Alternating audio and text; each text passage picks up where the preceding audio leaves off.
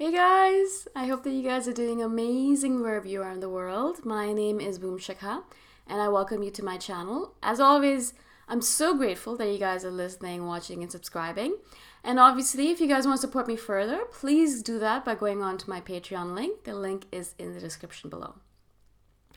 In this video, I want to speak to you guys about INFJ males and a question that Casey asked me. And I was just really interested and fascinated by this question because I've never actually even thought about this. So that's why I love you guys, because you bring up all this stuff into my head that I'm like, wow, this is something that I've never spoken about or thought about. Thank you for this. Yeah, thank you for sending me your questions. I love them. They're so awesome for me because I just love this kind of mental masturbation on random topics. So why he asked me, basically the question he asked me was, why are there more INFJ male channels than INFJ female channels? Why is that the case? Do you think INFJ males are more social? And that was what triggered me, because I thought, no way are INFJ males more social, because of the fact that I've done so many videos on this, because of the fact that they are dealing with a lot of ostracization and a lot of exclusion from masculinity in general, because of the fact that the masculinity in the world right now is very much a very different kind of masculinity from what is displayed by an INFJ male. INFJ males are a perfect combination, a beautiful combination of masculinity and femininity. So they are sensitive, yet they're masculine. And this kind of masculinity is something that's not yet understood by typical masculine males who are macho and who don't know how to be sensitive, mostly. And of course, this is a generalization. I'm not saying all males are not sensitive, but I'm saying that there's a general thing of they have a harder time connecting to their sensitive side, their feminine side. They have a harder time connecting to that empathic nature, which is within everyone, but they tend to, mostly macho males, tend to work more with their masculinity, with their stronger masculine side rather than their feminine side. And everyone on this planet has a masculine side and a feminine side. But of course, we use them in different percentages, right? INFJs, as much as possible, we try to go with both. That's the reason why we're androgynous, right? So we try to have 50%, 50%, mostly balanced masculinity and femininity, as much as possible. Of course, we oscillate between the two. But I think most people on the planet, if they're female, they try to go very much to the feminine side and they ignore their masculine side, right? So they want to be taken care of. They don't want to work. They want to work. They want to be a housewife. I'm not saying it's a negative thing. It's just the way it is, okay?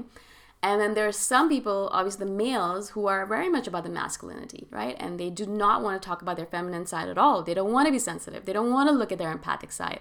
They don't want to be that person who is made out to be a pussy or made out to be like a fag, like guys say these kind of things. I'm not saying this is a good thing, but that's the word they use for each other if they're not being completely masculine. And so obviously INFJ males have to deal with a lot of this shit, and it sucks. And so that's why I think that I don't think INFJ males are more social. That's not the reason why there are more channels by INFJ males. I think this is an outlet for them. I think this is one of the major outlets, and I'm so grateful that there is this outlet for them, because they spend so much time at home, because they are less social, because whenever they do go out, they have to put on a mask heavier than we have to as INFJ females, because they really have to play a role of the macho masculine, and they are not used to it. They're empathic, they're sensitive, and they're tired and sick and tired of being told, oh, stop being so sensitive, oh, stop being such a girl, stop being such a baby. And so they stop going out. They stop interacting with people because you don't want to deal with that shit all the time. Why are people telling you to not be yourself? Of course it's hard. Of course it's harsh. Of course it's terrible on your soul, on your spirit, on your authentic self. So instead of playing that masky role, instead of playing that disgusting role that you don't want to play out in society, of course sometimes you do, but mostly you just hide in your room. And I think that INFJ males are less social than INFJ females. And I'm not saying INFJ females are social at all. I am not social. But we are definitely more social than INFJ males because we don't have to deal with that additional pressure of, if we're feminine or masculine, mostly people will just leave us alone. Because there are a lot of masculine females out there and we are allowed to wear pants, we're allowed to be a little bit more masculine as a female. Nowadays, at least, there's not a great negative association with that. Well, of course, there's still a little bit.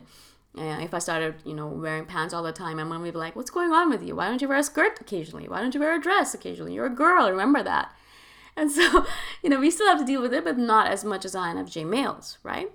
So obviously, I think that that's the reason why I think there's more INFJ male channels. Now, of course, I'm just going by my assumptions, and I'm not an INFJ male myself, so I don't know the real reason and the real truth.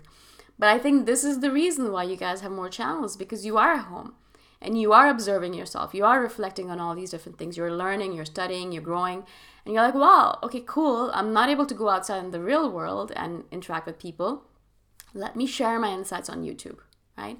And you'll notice that it takes INFJ males a little bit of time to really come into themselves and really open up and be positive and confident about themselves. If you guys watch Frank James, and I'm sure you do, you've noticed the difference between what he's like right now and what his videos were like when he first started doing them, right? I mean, it's such a transformation, and I'm so happy to see that, because in the beginning he was very soft-spoken. He's still soft-spoken, but he was very much he would make himself small. He wasn't very confident. Now look at him. He's like a lion, right? He's like, the way he does things, he's like a confident male, awesome person, yeah? So there's a change that happens. And I think that's happening for me as well, as an INFJ female even. I noticed that when I first started doing these videos, I was very meek and soft-spoken, and I was afraid to share my real thoughts, and I censored myself a lot. Now I just blurt out whatever comes into my head, and that's why sometimes I'm like, oh man, I shouldn't have said that. But that's what happens. I think that's one of the reasons why INFJ males have more channels. And of course, like, this is a very random question, so you're probably like, I've never thought about this and I don't care. Cool. That's fun. But if you do, I'd love to hear from you guys about your perspective as an INFJ male. Do you think this is the reason? And do you notice yourself being less social because of the fact that whenever you go out, you have to deal with all of this atrocious masculinity that's just so suffocating? And I'm just, as a female, when I'm actually observing men, I'm watching men talking to each other, playing that bravado macho role, I actually feel a lot of sympathy for them. I feel a lot of sadness and a lot of pity, because they have boxed themselves into this stupid role that they think they're supposed to play because their parents have told them they're supposed to play this role, or their fathers or their uncles or brothers or whoever it might be, or society in general. And you think to yourself, that is so sad. It's just, I notice little boys and the way they are, and they're so empathic and sensitive, and they cry easily.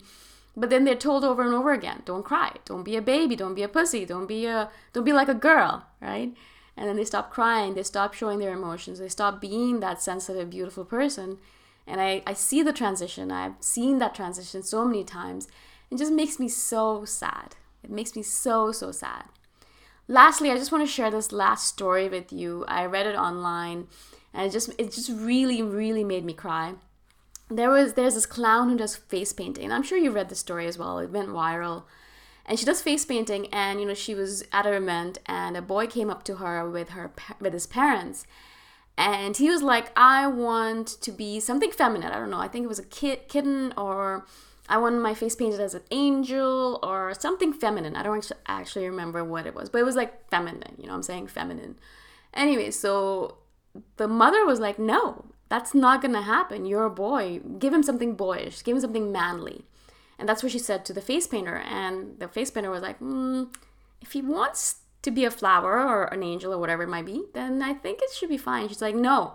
And then she turned to the man, to the husband, to the man beside her, to the father, and she said, tell her that he is a boy and he needs to be manly. And so he needs to have a manly face painting thing, and a macho one, right? And so it wasn't even just the man who was saying it. The husband didn't even care. He was like, fine, if you want to put a flower on him or on your face, that's fine. But it was a female who came up and said, no, he needs to be a man. I'm not going to be embarrassed by him if he's wearing a flower on his face, yeah? Or whatever it was. I don't remember now. And so, of course, they put a tiger on his face or something manly. And I just read that and I thought to myself, it's not even just the men who are doing this, who are putting beautiful, sensitive boys down and telling them, no, you need to be a man, stop being a girl. But also it's the females who are doing it, the mothers, right? And I just felt like, wow, what kind of a society are we living in anymore? I just don't get it. Like, what's the big deal if a man behaves a little bit like a female and a female behaves a little bit like a man? isn't that all right? I mean, what are these stupid boxes that we're trying to put ourselves into? It really actually makes me angry. I'm trying not to be angry in this video. I'm trying to be positive.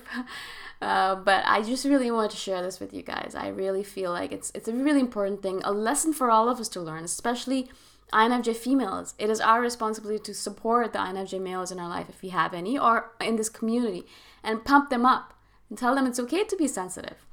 Don't tell them it's bad, right? And people in your life as well. If you have men in your life and you're like, they are a little bit more sensitive, let them be sensitive. It's not a negative thing. In fact, the more sensitive they are, the more masculine it is. Masculine it is, to me at least, because they are comfortable with themselves. I feel like they become stronger, at least in my opinion.